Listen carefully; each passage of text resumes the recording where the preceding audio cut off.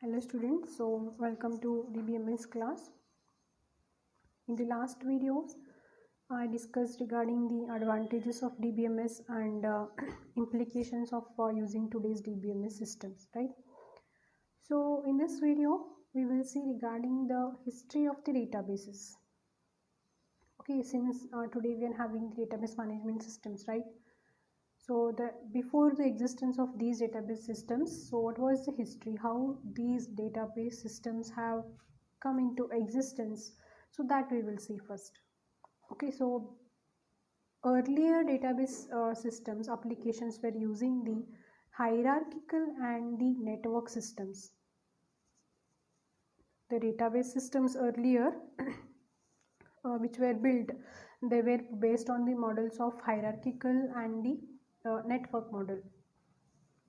Now, these hierarchical and the network models were introduced in the mid of 1916s. They were introduced in the mid of 1916 and dominated during the 70s. Okay, see, many early database applications they maintained records in large organizations, say such as corporations, universities, hospitals, and banks. So, in many of these applications, there were large number of records of similar structure. So, large number of records were having the similar structure. Like for example, in a university application, similar information would be kept for each student, for each course, each grade report, and so on, right?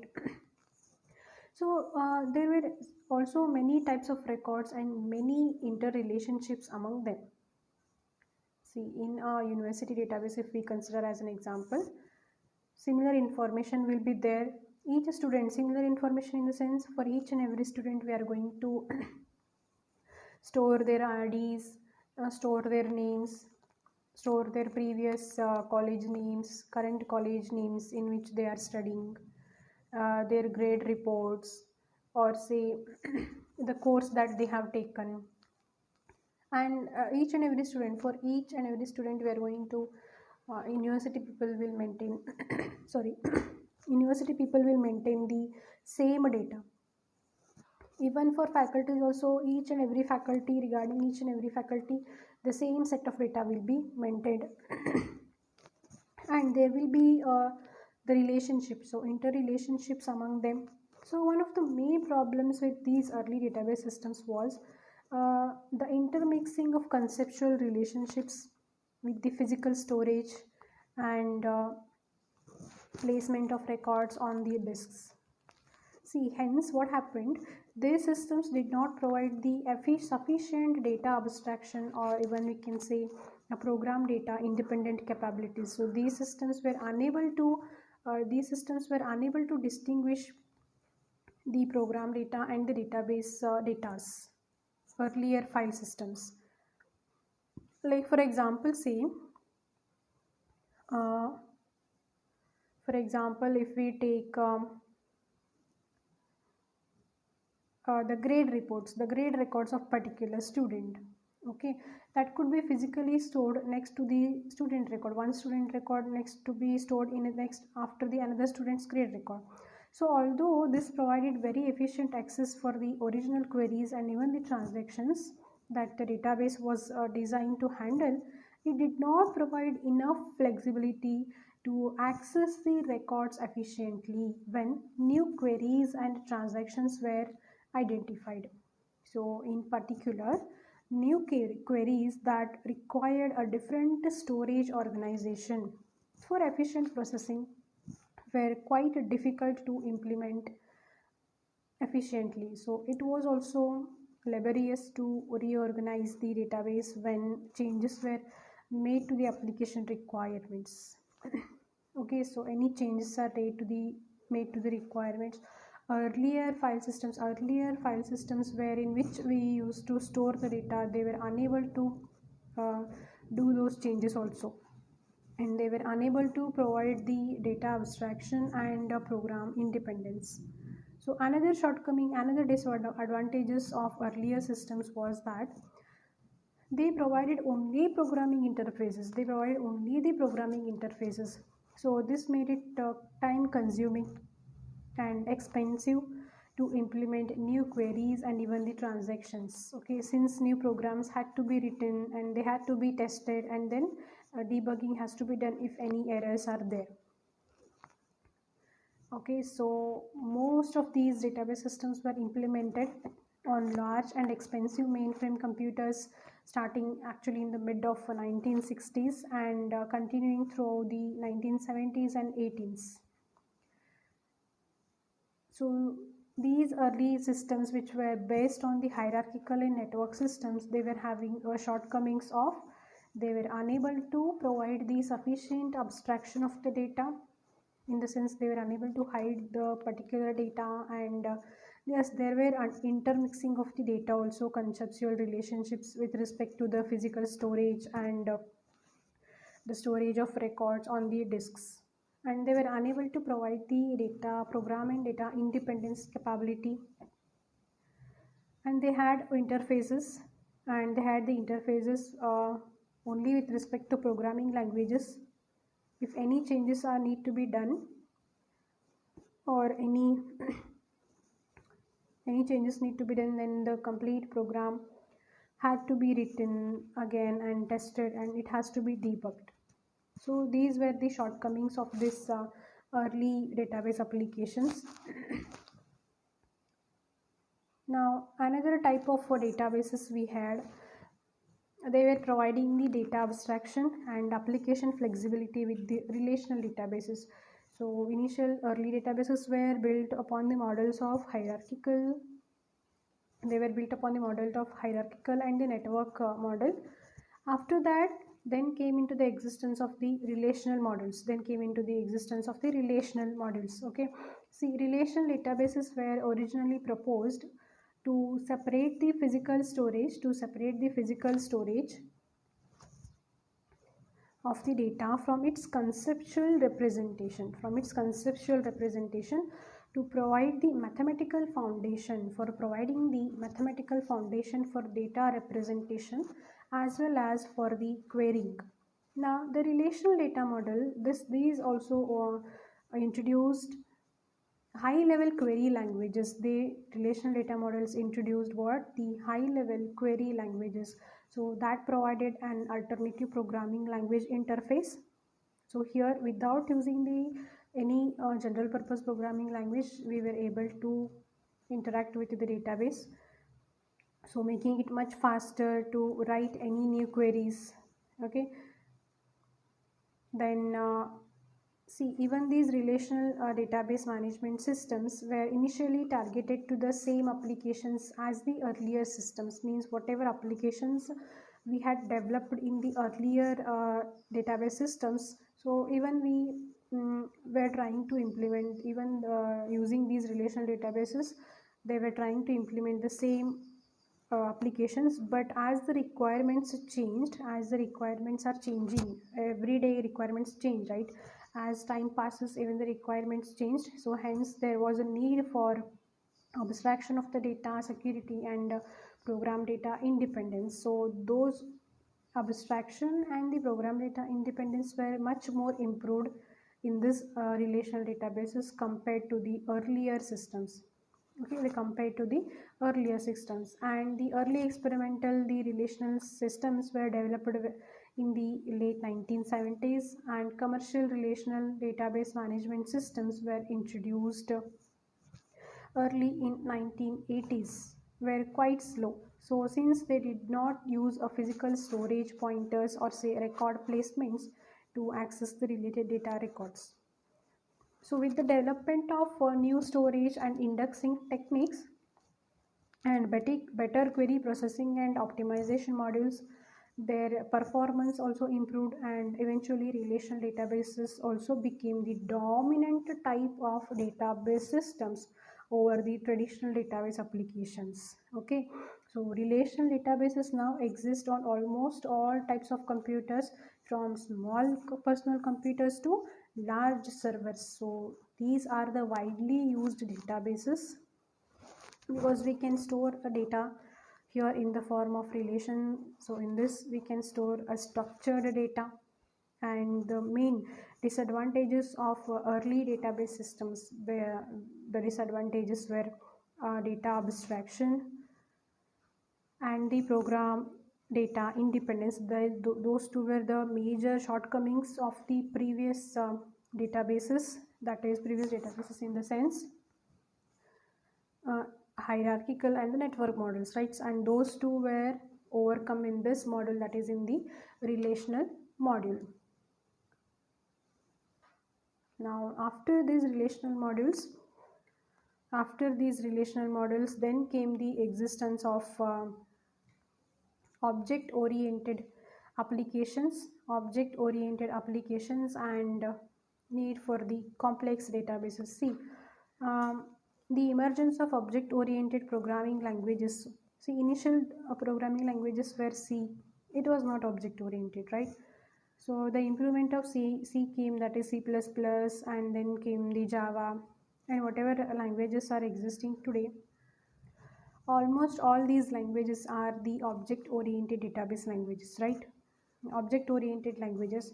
So since the emergence of these object oriented programming languages came uh, in the 1980s, and there was a need to store and share these complex structured objects, right? So this led to the development of the object oriented databases. So this led to the development of the object oriented databases because of there is a development in the programming languages. So most of the programmers started using those programming languages, because those programming languages were better compared to those non-object oriented programming languages. So we can implement most of the applications using programming languages. So yes, programmers started using these programming languages. So there was a need to develop the database which works with these programming languages. Okay, and they also incorporated many of the useful database, many of the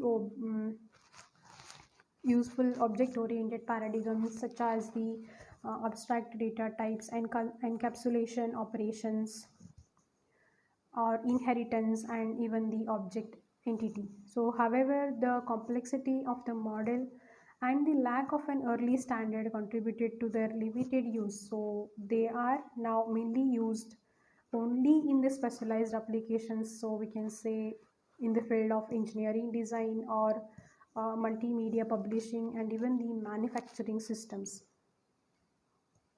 See, object oriented is a complex structure. Okay, so these included even the complex structures also. These databases were also built with so much of complexity.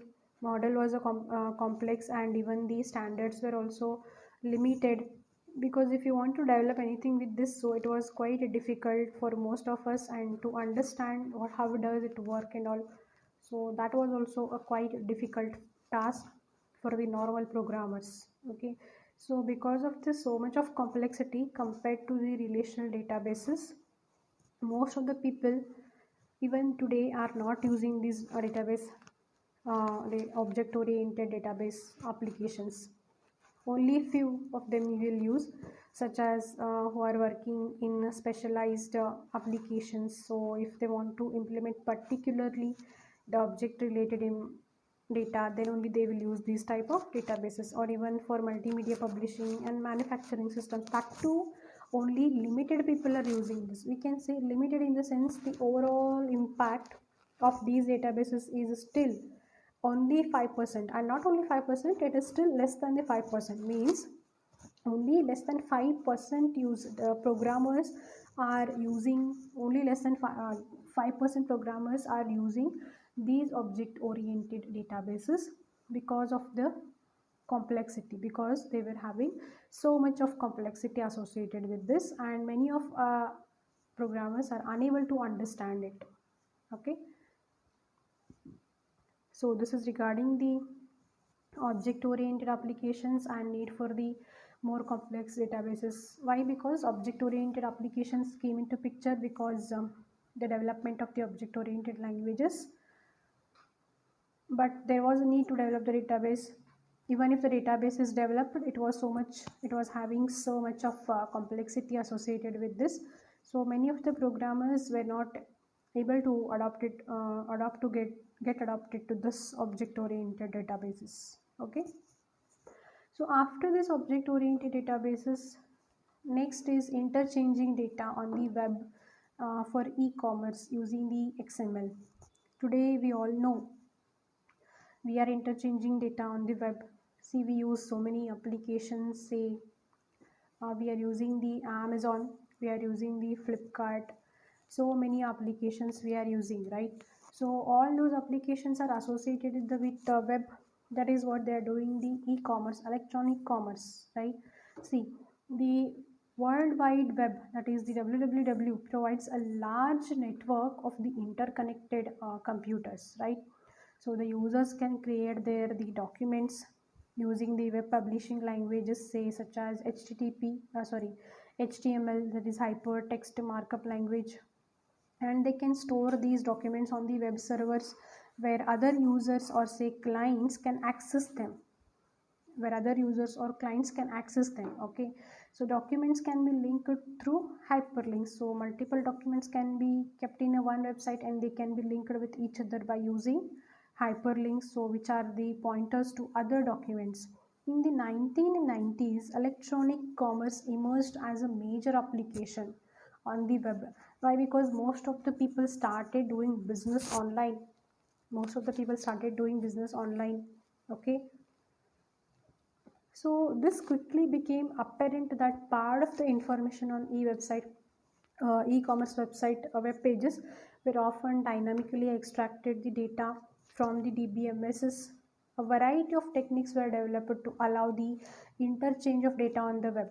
So currently the XML, that is the extended markup language, is considered to be the primary standard for exchanging data among various types of databases and even the web pages. So the XML combines the concepts from the models used in document systems with the database modeling concepts. Okay, so like this allow database updates through the web pages also. And the web contains the data in HTML, we know, right, with the links among the pages. That is what we call as hyperlinks. So this has given rise to a new set of applications.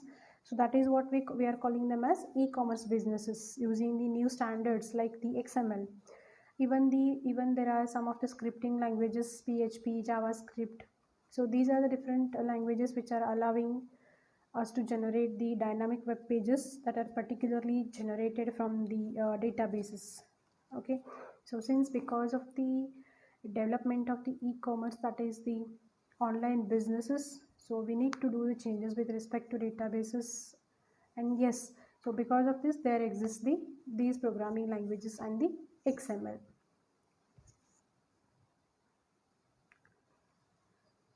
And now the extending databases capability for the new applications. Now till now what we saw, initial databases were built only on the hierarchical model and the network model, and then came into the picture of the relational models, and then came the object oriented databases, because most of the programming languages based on the object oriented were coming. So to have a proper database which works with them, there was a need to develop a database, and that was object oriented database. So because of its complexity, that didn't work. And because of the e-commerce applications, so the usage of databases increased. So there were different programming languages, scripting languages, which were made the database systems to interact with the web pages. So one of the language which plays a major role is XML.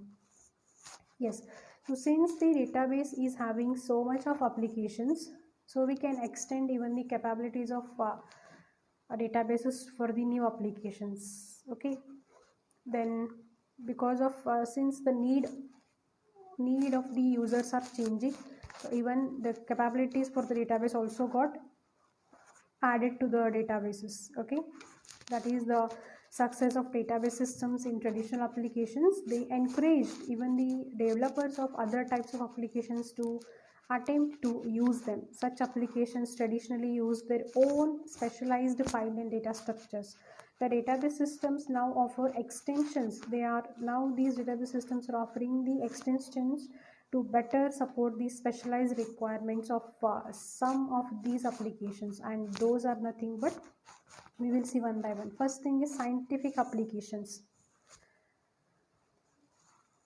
See, scientific applications, what they do, they store large amount of data. Scientific applications in the sense how they are used, databases are used. See, large amount of data resulting from the scientific experiments in the areas of high energy physics, or say the mapping of the human genomes, or say discovery of even the protein structures.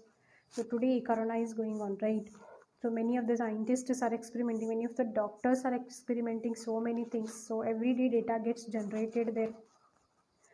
So to store all those data, to store all the data, these databases are being used.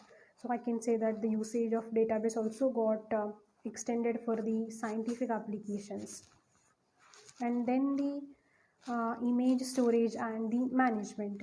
See, storage and retrieval of the images, including even the scanned news or personal photographs, satellite photographic images, and images even from the medical procedures, say x-rays and MIRs, that is magnetic resonance imaging we call it as, right?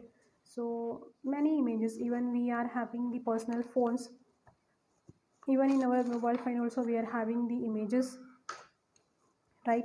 Where are we storing them? We are storing them in our own database. Similarly, large amounts of images can be generated. See, satellites, so every country has launched the satellites are continuously, they will be sending the images to the earth here in the here. So where they will be stored, they will be stored on the databases. So yes, the like this the usage of the database is also increased for storing the images and managing them. And then audio and video data management, yes, storage and retrieval of audios and videos. Many songs come every day, so many songs launch, and even the videos, short videos, YouTube videos, or say movies, and even the video clips from the news, personal digital cameras we are having. So everywhere there also video gets generated, right? So where do we store them? We can use the databases, and we can have a record of all those things, and whenever we want we can view. See, Amazon Prime is there. So right, most widely used application today for watching the movies. So Amazon Prime, what it includes, it is having a huge number of videos with respect to series or with respect to movies, right? So whoever want to watch any movie, they can go and watch there. So because if that movie is available in the database, then it will retrieve that data, means it will show you that video. If that is not there, then it will not show you, right? So yes, so we can say that even the usage of these databases are there in storing the audio and videos as well. And then it got extended also in the field of data mining, we can see these data mining applications, what they do, they analyze the large amount of data, searching for the occurrences of specific patterns or the relationships among them. Okay, for identifying the unusual patterns in areas such as credit card usage, or we can say the most usage, we can say we all have seen the KGF movies, right? KGF movie, all we all have seen. So what is there? So what they are searching there in that method, they were searching the gold contents, right? They were mining the gold contents. So like that only, even in the programming also, there comes the pattern. Suppose if we are asking a system to identify the face, so everybody human face will be having some of the patterns, right? So there should be two eyes, one nose, and one mouth, and so many different patterns will be there. So based on that, it will be identified. Okay, some features can be extracted here, so which match that particular pattern. So that is nothing but a database. Now how do we identify. If we have a data with us, then only it can be identified and patterns can be uh, retrieved, right, recognized. So that is what to store a different data also for the mining applications. In the mining fields also we are using the databases today. And then comes the applications of databases in the field of spatial data management. Now what is the spatial data management? See, the spatial applications that store spatial locations of data, such as weather information or say maps, which are used in the geographical information systems and in the automobile navigational systems. Weather forecasting. So in the weather forecasting application, if you take how much data is generated there, weather with respect to each and every region, huge amount of data will be generated, right? Huge amount of data will be generated, and we use the data for uh, understanding the weathers of upcoming weathers, that is forecasting for future weathers or any tsunamis and all those are coming, then we are going to recognize them, right? So the scientist is associated with them, they will use that particular data. If you want to predict the future, we need the history. If history is there, then only we can predict the future, right? So history is nothing but the data with that we are going to that is being collected through these weather forecasting applications. So every second they will give the information. So to store all this data of information, even we need the data basis. And then the application also got extended in the field of time series. Time series in the sense applications that store the information such as economical data at particular points in time, such as daily sales or say monthly gross national product figures, right? So to like to maintain all those things, to have a record of all these things, yes, the usage of database got extended. So these are all the different applications where the databases are being used today. Different applications where databases are being used today. Okay, so it was quickly apparent that the basic relational systems were not very suitable for many of these applications. So usually for one of the usually for the reasons say more complex data structures were needed for modeling the applications than the simple relational representations, or we can say new data types were needed in addition to the basic numeric and character string types, such as say you can say date, time, and all those things, different data types. Then the new operations and new language constructs were necessary to manipulate the new data types. And even the new storage and indexing structures were also needed for the efficient searching on the new data types also, right? So this led the DBMS developers to add functionality to their systems. So such functionalities was general purpose, such as incorporating the concepts from the object oriented databases into the relational systems. The other functionalities was special purpose in the form of optional modules that could be used for specific applications. Say for example, users could buy a time series module to use with their relational DBMS for their time series application only. Okay, so many large organizations use a variety of software application packages that work closely with these database backends. Okay, so like this, the database backend represents one or more databases, so possibly from different vendors, and using the different data modules that maintain the data that is manipulated by these packages for supporting even the transactions and generation of reports. So one of the most commonly used systems include that is the ERP, okay, which is used to consolidate a variety of functional areas within an organization, say the including the productions and sales, the distributions, marketing, finance, say human resources, and so on. So another popular type of systems we can say CRM, customer relationship management software.